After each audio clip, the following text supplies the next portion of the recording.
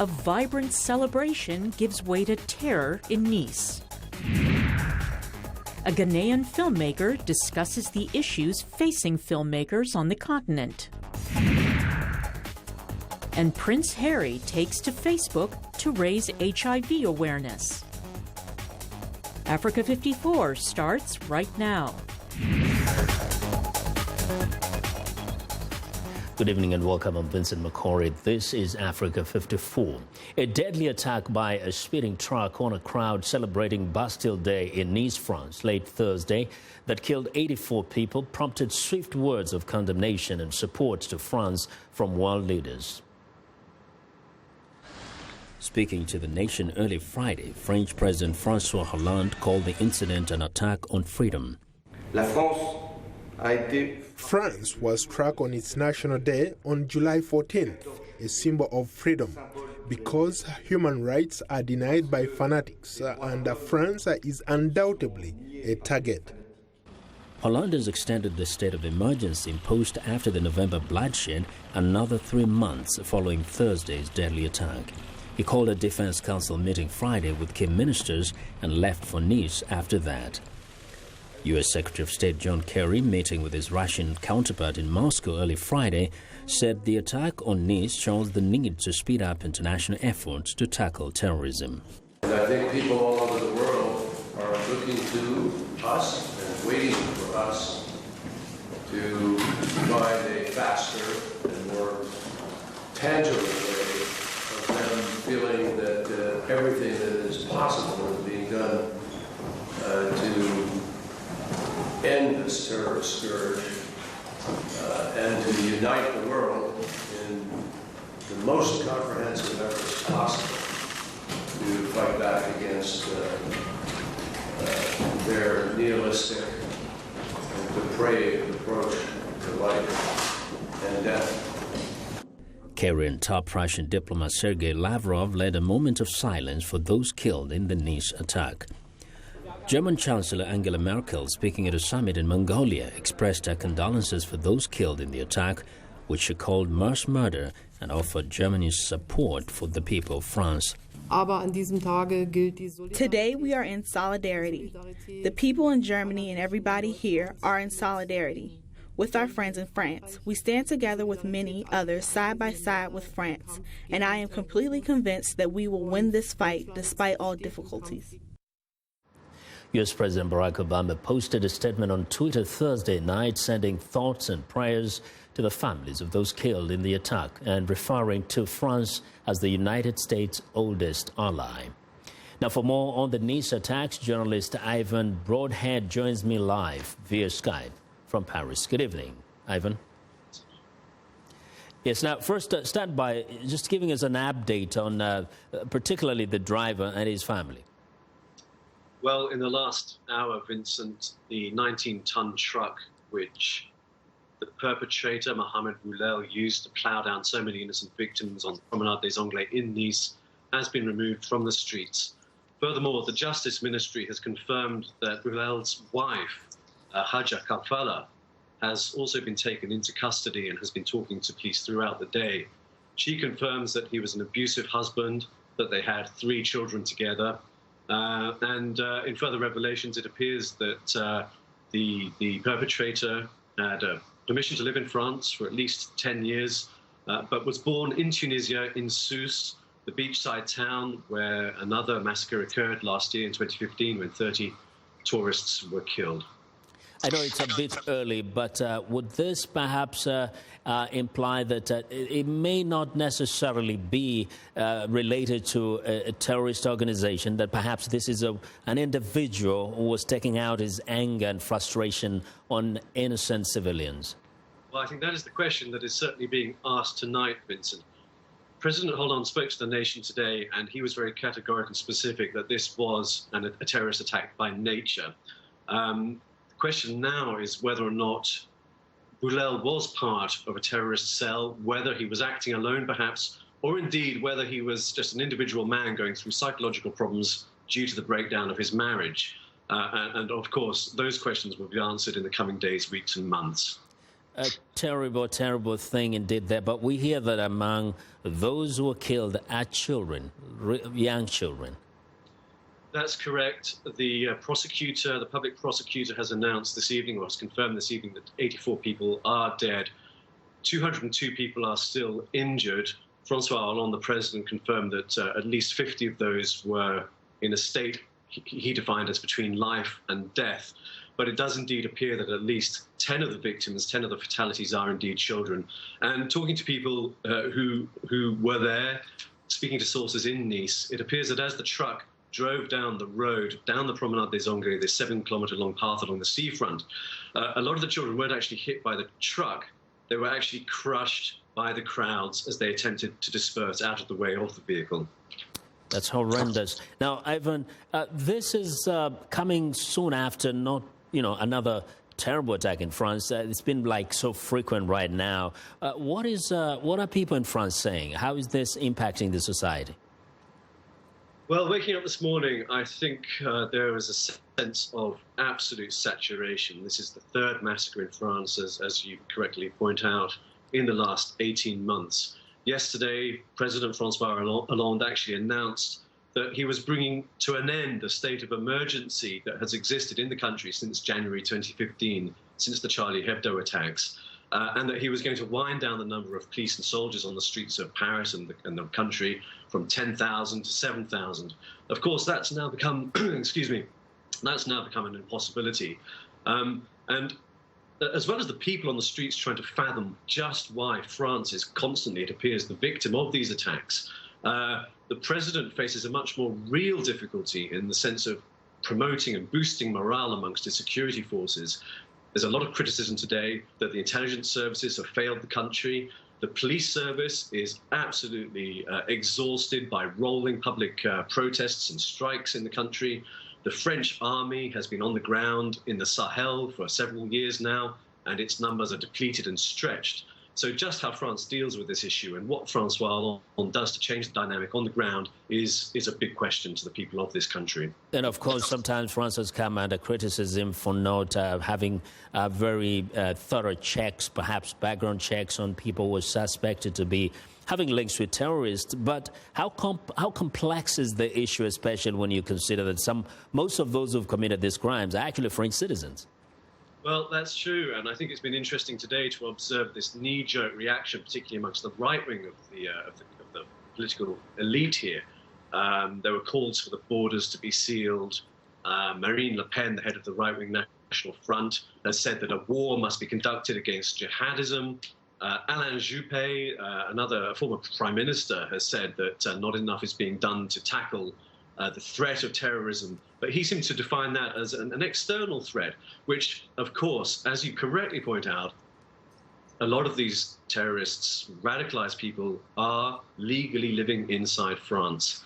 And it is a great problem. France has more radicalized young jihadis than any other nation in Europe.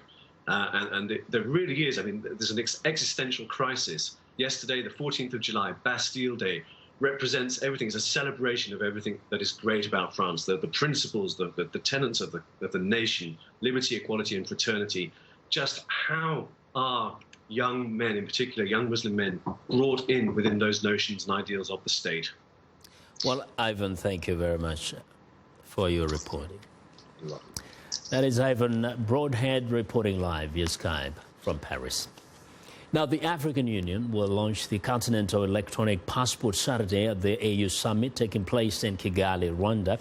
This flagship project, first agreed upon in 2014, is aimed at facilitating free movement of persons, goods and services around the continent in order to foster intra-Africa trade, integration and socio-economic development. The chairperson of the African Union Commission, Dr. Nkosazana Dlamini-Zuma, has described the initiative as both symbolic and significant, calling it a steady step towards the objective of creating a strong, prosperous and integrated Africa driven by its own citizens and capable of taking its rightful place on the world stage. Now, U.S. President Barack Obama says the country is expecting too much from the police, including answering society's problems. The president made the comments Thursday night at a town hall meeting held in a Washington theater and aired nationally on television to discuss the recent spate of racial tensions and police violence that has become a defining mark of his presidency. Obama was strongly confronted on issues of those issues several times during the meeting. Texas Lieutenant Governor Dan Patrick, a Republican, who has called Black Lives Matter protesters hypocrites after the Dallas shooting, called on the president to do more to support police, including lighting up the White House with blue lights, a reference to blue police uniforms. Obama responded. I have been unequivocal in condemning any rhetoric directed at police officers. So I think, Lieutenant Governor, you'd have to find any message that did not include a very strong support for law enforcement in all my utterances dating back to Ferguson. Because I relied on law enforcement to protect me and my family, just like everybody else does. So I appreciate the sentiment. I think it's already been expressed, but I'll be happy to send it to you in case you missed it. Well, the meeting, broadcast on national television, featured appearances by many of the faces of the people affected by last week's fatal confrontation with police. Obama has been a reluctant arbiter on race relations, but the country's first African-American president is being forced into the position after last week's shooting by police officers in Louisiana and Minnesota and the sniper attacks on police in Dallas. The site of the meeting was significant. It was held in a theater on Washington's 14th Street corridor, which was the center of racially fueled rioting in 1968, a passionate reaction to the assassination of civil rights leader Martin Luther King, Jr. Now, Britain's new Prime Minister Theresa May has unveiled her new cabinet, which will be tasked with negotiating Britain's withdrawal from the European Union.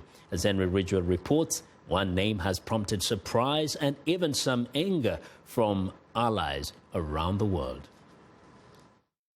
It is the appointment of Boris Johnson as Foreign Secretary, who campaigned to leave the European Union, that has caused the most surprise. In May, Johnson accused the EU of pursuing a similar aim to Adolf Hitler in trying to create a superstate, angering European allies. Johnson's French counterpart offered this reaction to his appointment Thursday. Vous savez bien quel est son style, sa méthode dans la campagne. During the campaign, he lied a lot to the British people, and now it is he who has his back against the wall. His back against the wall to defend his country. L'Europe soit claire. Johnson's first trip is likely to be to Brussels next Monday for an EU meeting. Given the number of countries and foreign leaders that he has insulted in recent months, I think that's going to be quite a difficult meeting. Of all the European powers, it is Germany that Britain most wants to bring on side in the negotiations over its withdrawal. Yet Berlin's foreign minister Thursday described Johnson's conduct as outrageous. Irresponsible politicians first lured the country into a Brexit, then once the decision was made, bolted and did not take responsibility.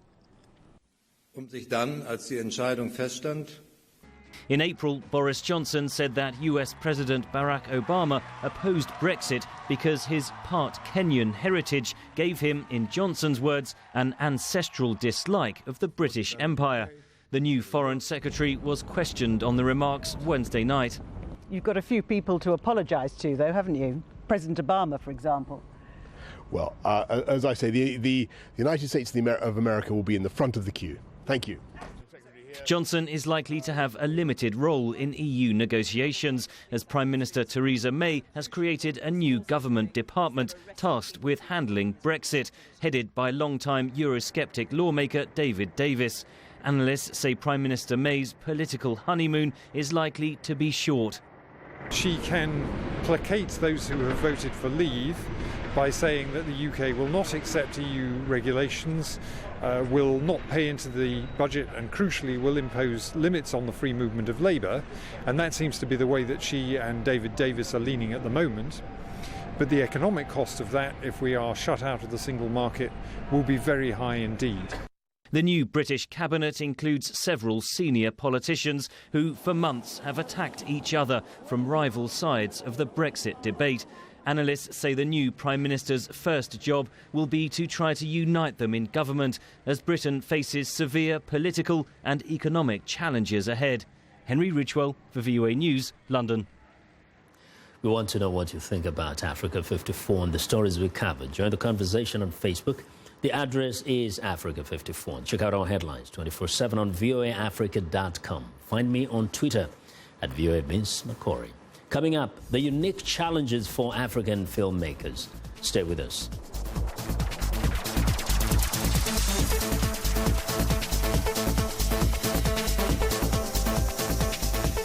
From science and technology, here's what's new.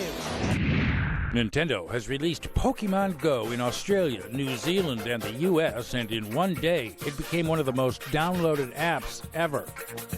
Using something called augmented reality, Pokemon Go merges the classic 90s video game with the real world by accessing your smartphone's GPS, clock, and camera, making it possible for Pokemon characters to appear in your house, neighborhood, or anywhere in real time. Hordes of players, heads down, eyes fixed on their phones, are hunting for a Pokemon as we speak. So many people have downloaded the app, Nintendo says some of their servers are crashing, delaying the international rollout of the app. Pokemon Go players are being warned of thieves luring other players to remote game locations to rob them. Pokemon Go is a free app. Nintendo makes its money from in-game purchases. For VOA's What's New, I'm Todd Rosas. Facebook, Twitter, Instagram. They tell you what people are talking about. So, for an in-depth look at the stories trending high on social media, turn to #VOA. It's not your typical talk show. From politics to pop culture, #VOA brings in the people leading the conversation, engages the audience, and gets answers to your questions. #VOA. Smart talk for smart people.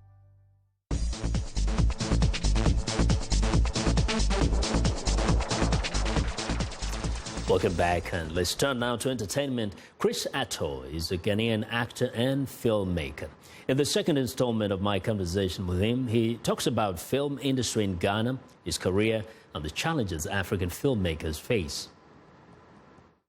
I can definitely say that it's a great time to be a filmmaker in Africa because all eyes are pointing to Africa now. You've got the bigger studios, the bigger companies that are looking for African stories that seem to have exhausted everything else, you know. And I mean, when you compare it to Bollywood has been around for ages, you know. In fact, the Indians and the Asians were the masters of cinematography for a long time. And I'm excited because, like I said recently, a lot of Africans are now trained. So I'm looking forward to the days where our films are going to, you know, be a part of the Oscar nominations and the Golden Globe nominations. And they're going to be in a place where not only can people relate, but they will tell you about the culture, about the people, about what's really going on down there. Mm-hmm. Up to this point, there hasn't been a heavy investment in African film. What would you tell those who have the capacity to do that, not outside, but actually on the continent itself? Right. Well, I mean, I'm definitely going to reach out to both because, of course, this is a platform that has many eyes watching. But it's something that we can definitely use a lot more of, more investors in our film industries. You know, these stories are amazing stories. African stories leave messages. Do you think African business people, for example, see the entertainment value of a film, but they never see the business side of it? This is true, and lucky for us, this is changing, you know. But I think that we need to be able to bring the business side, you know, closer to home. One way or the other, every businessman is looking to make returns. Today, you know, films are not necessarily reaping in, but there's a huge potential like anything else. You know, once the right hands are attached, it will be a seller. And I'm definitely going to take advantage and invite, a lot more investors and say, what African films need to be told properly. So put your money where, where we need it. Talking about African movies, we know that we have some brilliant actors across the continent, great producers in South Africa, Nigeria, Kenya, Ghana, everywhere. Do you envision a situation where you can have the best minds come together, say the best writers, develop a script, the best film producers from the continent, marshal the best actors and actresses, and make a great African movie, not a Ghanaian movie, not Nigerian movie, not South Africa, but just a movie from the continent by Africans themselves? Vince, you've picked my brain because that's something I'm looking forward to. I'm actually hoping that I could be the first to put something like that together, and maybe following in the lights of Nkrumah, one way or the other, unite the continent through the power of filmmaking. Yeah, but that means there has to be something developing right now, Yes. So is there a conversation? It is part of the reason why I'm in the States, at the moment. And it might be premature to say anything, but one way or the other, it's something that we're all looking forward to, and it's something that we're literally, knocking on the doors of every single businessman or anyone that can make it possible. It starts with someone, Let's hope that I'm in the right place. I think you are. Just finally, what is it that you may want our viewers to hear about you, about what you do, that probably haven't asked you? One way or the other, I like to take advantage of every platform that I'm on, and I've already said thank you for having me, Vince. But, as a young actor that's been in the industry for a while and continues to grow, I'm definitely taking advantage, and and I'd like to encourage anyone who wants to do what we do, or who feels, I'm in Africa somewhere and I probably would never make it. A fine example is young Abraham Atta, who's just flown from the nobody area to somebody, and so I'm taking the opportunity to encourage anyone out there who wants to do this or wants something bad enough. Once you want it bad enough, the universe will conspire to give it to you. Chris Atom. Well, it's time now for a short break. Still to come on Africa 54, British royals have a very modern method for spreading HIV awareness. We'll be right back.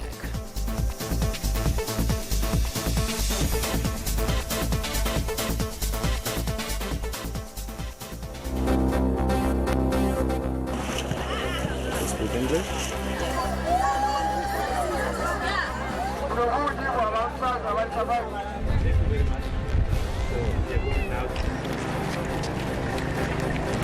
Happy birthday. Very nice. Very beautiful. That I'm ready to protect Dr. Machar if he comes to where I am. And I'm ready to protect any minister of the IO.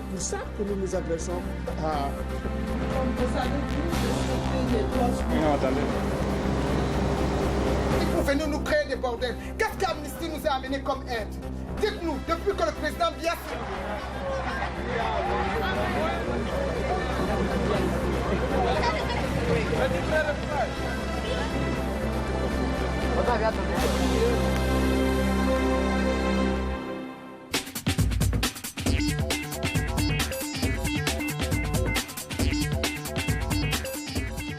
Welcome back to Africa 54. Here's what's trending.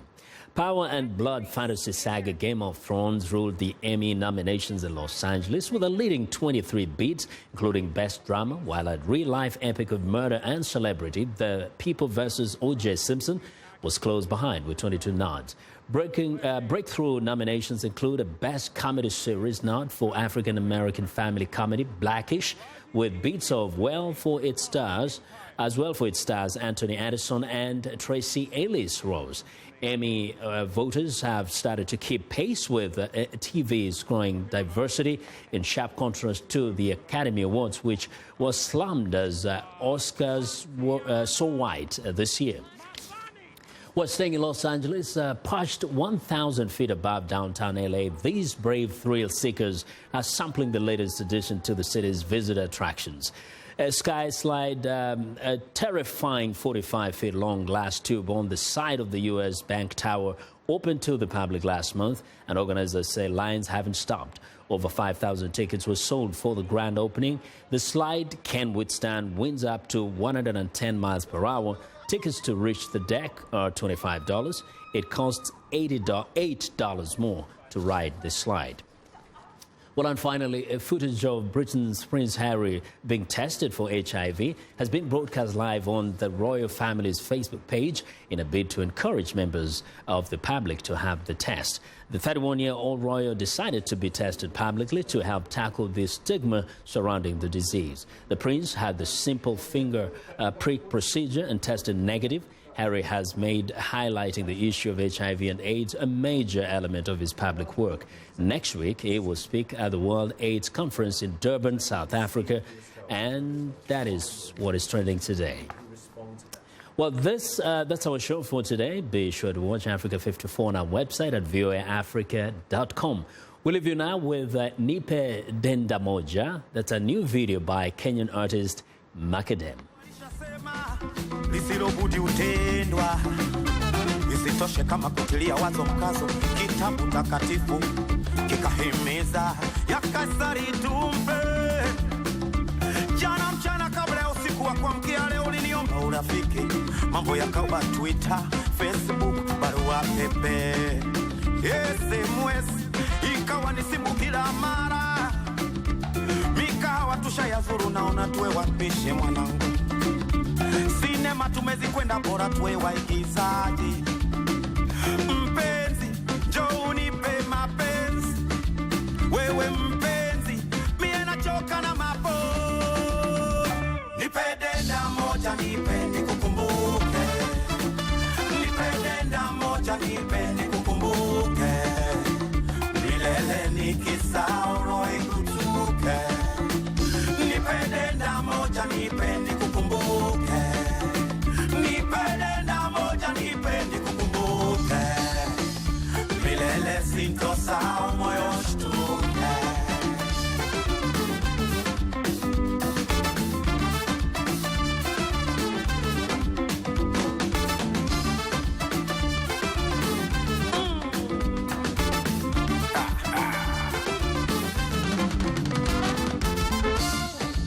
Mutima wangu mie shakupa, sio ishu sio kikwazo. Nzikufa kwa kidonda sioja, moyo wangu kwako umetua. Tulitakalo nalifanyike, alichokupa wewe subhana wa ta'ala mie kaninyima. Nilichopawa na Mola nawe kwako hapa. Sisemi unanitawala, niongeleshe jamani, niongeleshe unisemeshe. Penzi lako natamani unionyeshe unipeleke. Niongeleshe jamani, niongeleshe unisemeshe. Penzi lako natamani unionyeshe unipeleke. Mpenzi, njoo unipe mapenzi. Wewe mpenzi, mie nachoka na mapo. Nipe denda moja nipe nikukumbuke. Nipe denda moja nipe nikukumbuke. Milele nikisahau roho ikutuke. Nipe denda moja nipe nikukumbuke. Nipe denda moja nipe nikukumbuke. Milele sintosahau moyo. Welcome to the Voice of America's News Words. Does this word mean something good has happened? Unleashed. The president is sending Secretary of State John Kerry to the Middle East to help build a coalition to defeat the militants who have unleashed a wave of violence that has included attacks on Iraq's Christians and other minority communities, and recently the videotaped killing of American journalist James Foley. Unleashed means to let something very powerful happen quickly. It is like taking a leash off a dog and letting it attack someone. In our story, the militants unleashed or set off a wave of violence. Usually, unleashed does not mean something good. So, the next time you hear the word unleashed, you will know what this news word means.